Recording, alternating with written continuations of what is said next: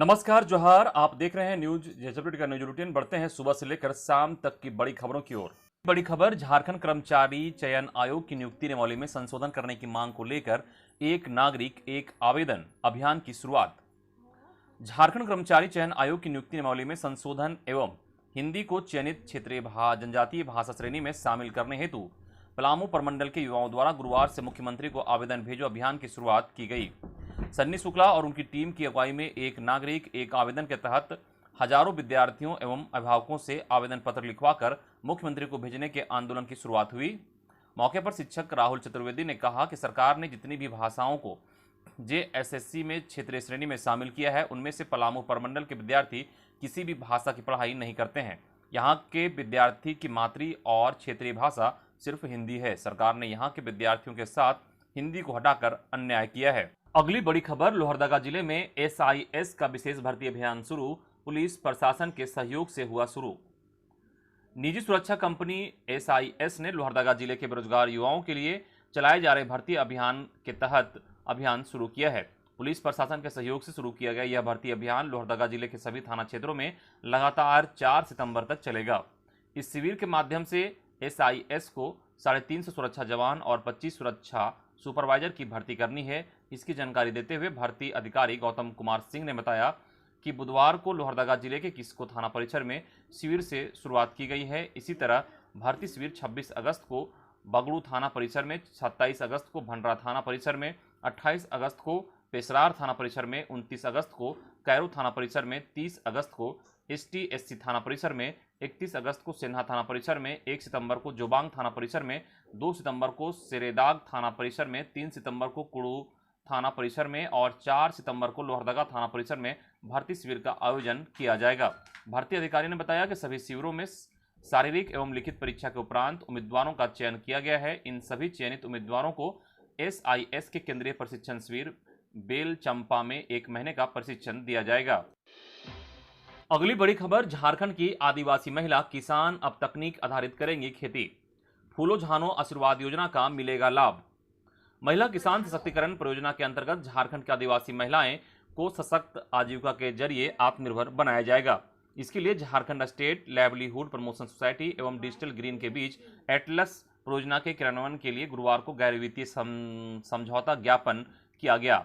JSLPS के राज्य कार्यालय में मुख्य कार्यपालक पदाधिकारी नैन्सी सहाय एवं अंतर्राष्ट्रीय एनजीओ डिजिटल ग्रीन के प्रमुख कृष्णन प्लासानी ने एमओयू किया। इस अवसर पर जेएसएलपीएस के सीईओ नैन्सी सहाय ने कहा कि राज्य की करीब 20,000 आदिवासी महिलाओं को इस पहल के जरिए उन्नत एवं तकनीक आधारित खेती से जोड़कर उनकी आमदनी में इजाफा किया जा सकेगा। नैन्सी सहाय ने कहा कि मुख्यमंत्री के निर्देश पर राज्य में हड़िया दारू निर्माण एवं बिक्री से जुड़ी महिलाओं को सम्मानजनक आजीविका से जोड़ा जा रहा है। खबर, 10 लाख के इनामी नक्सली कमांडर महाराज प्रमाणिक ने किया सरेंडर।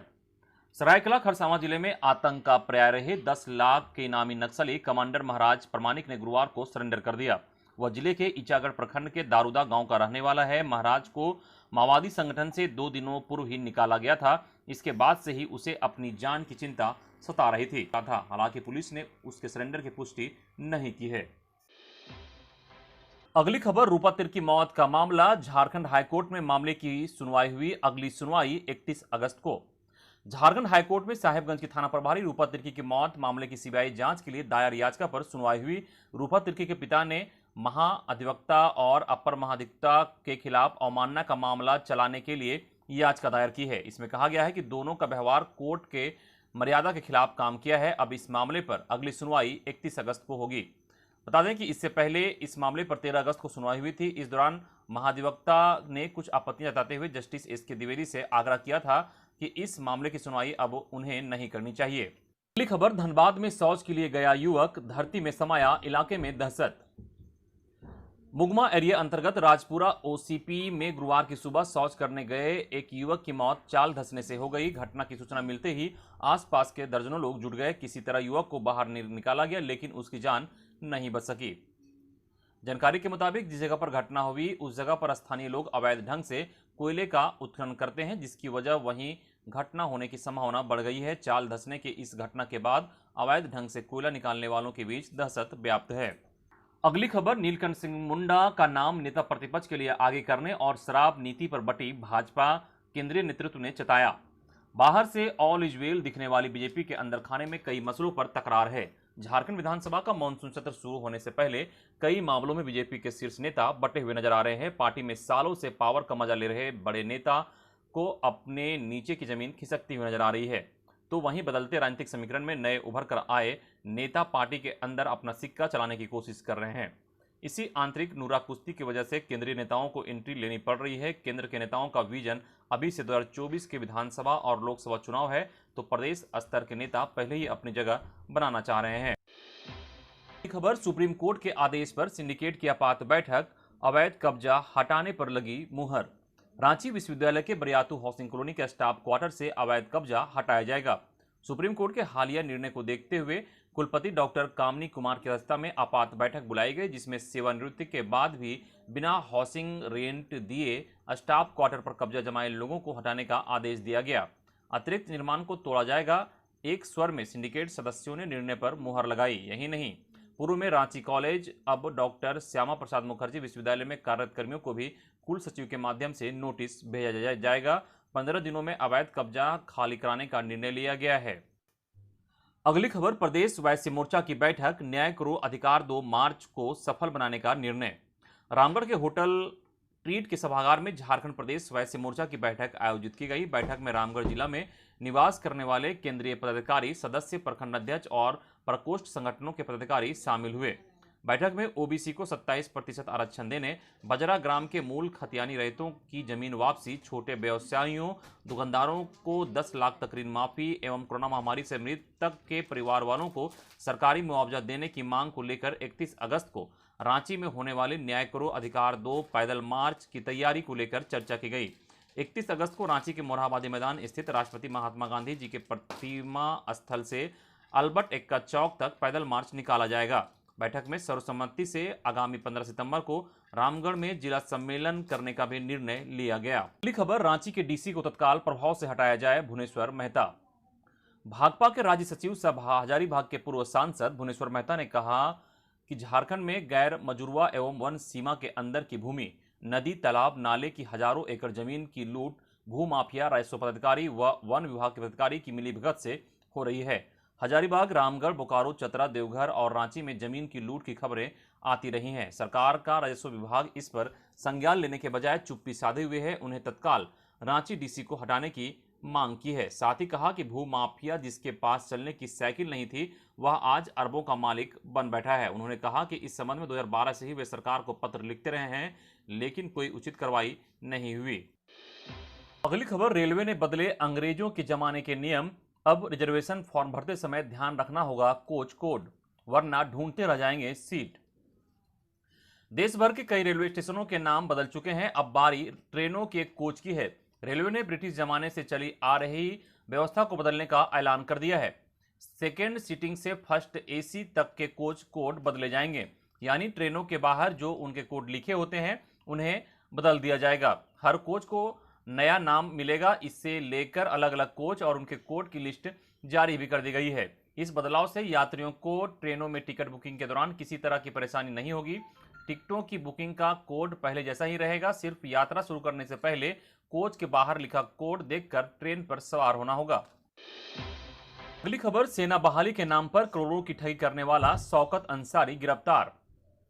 सेना बहाली में युवकों से करोड़ों रुपए की जालसाजी करने वाले को पुलिस ने गिरफ्तार कर लिया है। आरोपित शौकत अली अंसारी 2 माह से फरार चल रहा था। शौकत अली अंसारी सेना में बहाली के नाम पर विभिन्न राज्यों के युवकों से सेना में बहाली कराने की एवज में करोड़ों रुपए की ठगी कर चुका है। 17 कोड आर्मी इंटेलिजेंस नामकुम की सूचना पर नामकुम पुलिस ने गिरफ्तारी की। पुलिस उसे थाना में लाकर पूछताछ कर रही है। अगली खबर, हाईकोर्ट ने कहा कि रिम्स में सभी व्यवस्था और सोर्सिंग ना होकर अस्थायी होनी चाहिए। झारखंड हाईकोर्ट में रिम्स में चिकित्सा के उपकरण खरीदारी मामले में सुनवाई गुरुवार को हुई। इस दौरान रिम्स पद से कहा गया कि रिम्स में सीटी स्कैन मशीन अगले माह के प्रथम सप्ताह में पहुंच जाएगी। दूसरी मशीन के लिए टेंडर जारी कर दिया गया है, जल्द ही इसकी प्रक्रिया भी पूरी कर ली जाएगी। इस पर chief justice doctor Ravi Ranjan और जस्टिस सुजीत नारायण प्रसाद की अदालत ने कहा कि रिम्स में सभी संसाधन मौजूद होनी चाहिए। यह राज्य का एक बड़ा अस्पताल है और पूरे राज्य से गरीब यहां इलाज के लिए आते हैं। रिम्स को चाहिए कि यहाँ की व्यवस्था और सोर्सिंग ना हो, बल्कि सब कुछ रिम्स का अस्थायी हो। और राज्यसभा सदस्य समीर उरांव ने कहा कि जेएमएम कांग्रेस ने झारखंड की जनता को किया गुमराह। भाजपा अनुसूचित जनजाति मोर्चा के राष्ट्रीय अध्यक्ष समीर उरांव ने झामुमो और कांग्रेस पर जनता को दिग्भ्रमित करने का आरोप लगाया है। गुरुवार को भाजपा अनुसूचित जनजाति मोर्चा के प्रदेश कार्य समिति बैठक के उद्घाटन सत्र को संबोधित करते हुए उन्होंने कहा कि राज्य के सत्ताधारी दलों ने जिस जनजातीय समाज से वोट हासिल किए और चुनाव जीतते ही उनका शोषण शुरू कर दिया, आज आदिवासी समाज पर प्रदेश में सबसे ज्यादा अत्याचार हो रहे हैं। खबर, हेमंत गवर्नमेंट से खुश नहीं सरयू राय, बोले रघुवर उड़ा रहे थे हाथी और वर्तमान सरकार उस पर बैठे हैं मदमस्त। बहुचर्चित जमशेदपुर पूर्वी के निर्दलीय विधायक सरयू राय का झारखंड की वर्तमान हेमंत सरकार से भी मोहभंग होता दिख रहा है। उन्होंने प्रदेश की हेमंत सरकार पर तंज कसा है, कहा कि सरकार तो सरकार होती है, वह अपने ढंग से चलती है। पूर्व की रघुवर दास की सरकार हाथी उड़ा रही थी तो वर्तमान सरकार हाथी पर बैठकर मदमस्त है। जनहित के मामलों में न पहले गंभीरता थी और न ही गंभीरता आज दिख रही है। अगली बड़ी खबर, ग्रेजुएट युवाओं के लिए यहां सरकारी नौकरी का शानदार मौका, जाने पद समेत पूरी डिटेल। अगर आप सरकारी नौकरी की तैयारी कर रहे हैं तो यह खबर आपके लिए बेहद काम की हो सकती है। नेशनल टेस्टिंग एजेंसी ने इलाहाबाद हाई कोर्ट में ग्रेजुएट युवाओं के लिए कंप्यूटर नॉलेज रखने वाले उम्मीदवारों के लिए वैकेंसी निकाली है। इसके तहत कोर्ट में review officer, assistant review officer और कंप्यूटर असिस्टेंट पोस्ट के पदों पर भर्ती निकाली गई है। कुल 411 पदों पर नियुक्तियां की जाएगी। अगर आप इन पदों के लिए ऑनलाइन आवेदन करना चाहते हैं तो वे आधिकारिक portal https://nic.in/wevinfo Allahabad HC page पर जाकर ऑनलाइन आवेदन कर सकते हैं। इन पदों पर आवेदन की लास्ट डेट 16 सितंबर है। इसके बाद कोई आवेदन स्वीकार नहीं किए जाएंगे।